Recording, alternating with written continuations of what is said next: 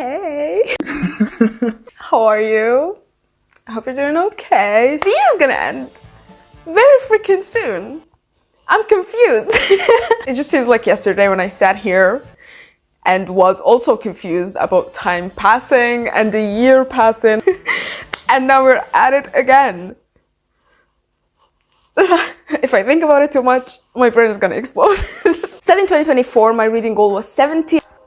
Smashed through that 70 so fucking quickly.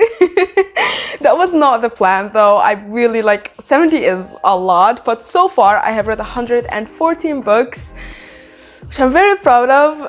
It's been a really good year reading wise. I've had some disappointment. I've had some really nice highlights during the year. However, if you haven't caught up with your reading challenge, I'm here to help you by recommending some short books.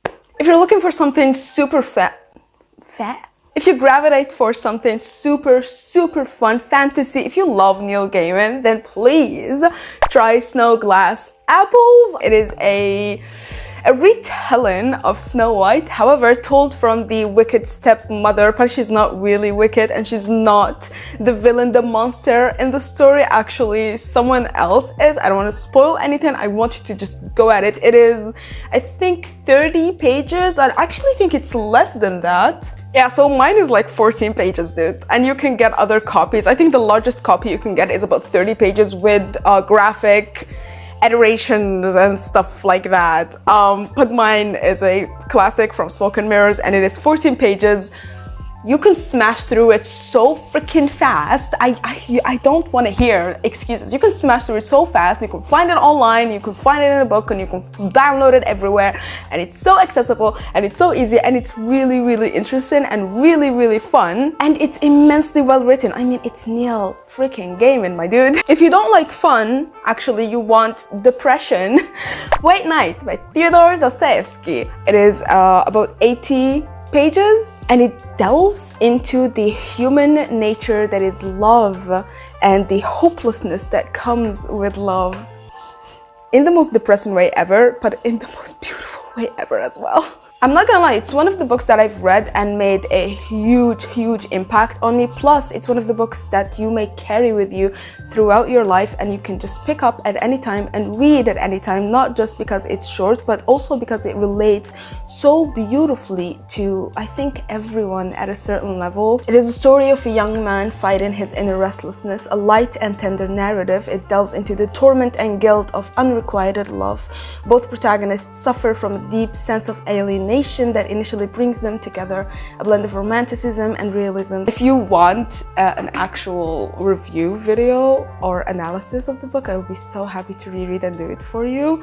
If not, just dive into it and let me know how you think, what do you feel. If you want something super fun, super freaking fun, and super fast-paced, this is 200 pages, but it's a graphic novel, so technically it's 50 pages. Please try Through the Woods by Emily Carroll. I got this as an ARC.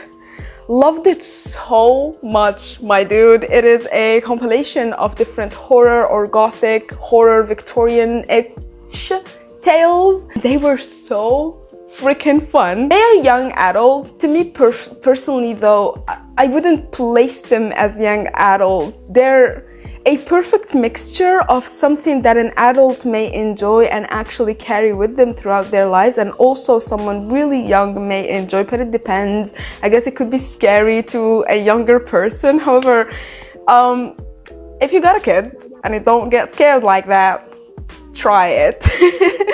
Or if not, just try it for yourself. I absolutely freaking loved it. The graphics were so good and so cool, and I remember when I read it the first time, I said that it reminds me of a younger Poe. It feels like if Edgar Allan Poe was younger and wrote graphic novels, this is what would come out of his brain, and I still think of it the same way. It's absolutely fascinating and beautifully written and poetic, and just it has that gothic Victorian style of writing that is just freaking fascinating. If you're weird and you like nonfiction, I'm gonna recommend some nonfiction that I loved. One nonfiction that I absolutely loved. I love this author a lot, and I have spoken about this author many times in many videos, and here I am yet again speaking about him. But this one specifically, I Was Born There, I Was Born Here by marierbuisness. I don't like nonfiction, and it's always a surprise when I love a nonfiction book. Not just enjoy, fine, whatever, I read it, I liked it, it was whatever. Love a nonfiction, you better fucking run, motherfucker. You better run and get yourself the nonfiction book I love, because I don't love nonfiction like that. It's not only a nonfiction, but it is a memoir. It's a biography that I loved, dudes. Biography that I loved, and it depicts a time in the author's life where he had to return to the occupied Palestinian territory so he can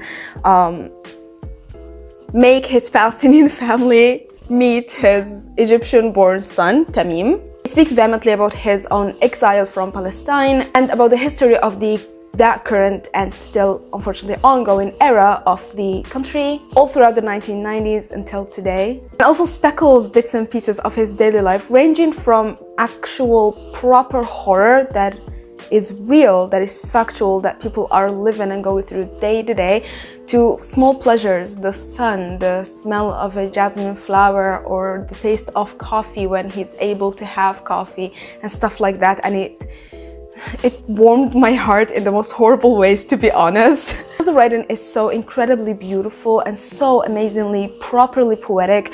I tend to forget while reading that this is nonfiction, this is a memoir, and I both liked and I wouldn't say hated or disliked that, but it's a weird sad feeling to feel. I don't know if any of that makes sense, but I loved it.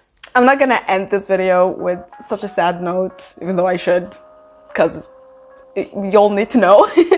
But I don't want to do that today, so let's end it with something surprisingly comical. The Legend of Sleepy Hollow. I love this book so much for this whole purpose, this whole reason of how freaking comical it is. It is immensely short. It is 108 pages. My copy is 75 pages long. I love it so much. Knock this out in a day, knock this out in a few hours, and you will not regret it. So this, which I'm sure you're familiar with, but this book is following Ishapod Kane, who is a teacher that travels into a town that is filled with local folk stories and mythical lores and stuff like that, innocently, just to teach, just to be a good Samaritan, if you will. However, the town he goes to is not good.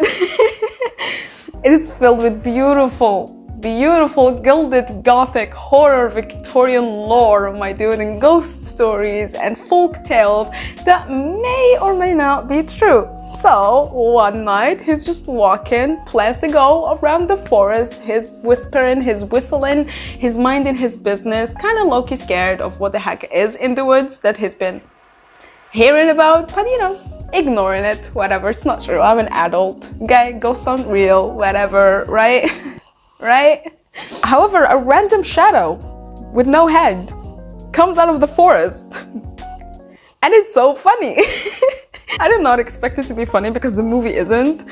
I love the movie. I mean, kind of, there are some comical stuff in the movie, but it's not a comedy, you know. The book is though. It was fun. I highly enjoy it, and I highly enjoy rereading it. That should be enough. 5 should be enough to catch you up, okay? If you need more than 5 to catch you up, shame on you. I'm so sorry. If you need more than 5, I'll give you more than 5. That's it though. Let me know how your reading goal is going, what you are planning to read to catch up, and if you have caught up, do you just stop? Genuine question, do you all just stop when your reading goal is over? Because I don't, and I know no one that does that. It's so weird to have a reading goal and then to just stop reading, especially if you finish your reading goal in like July or something. I don't know why I asked that, since I've never met someone that does that. Anywho, ignore that. Thank you for watching. Love you. I'll see you next video.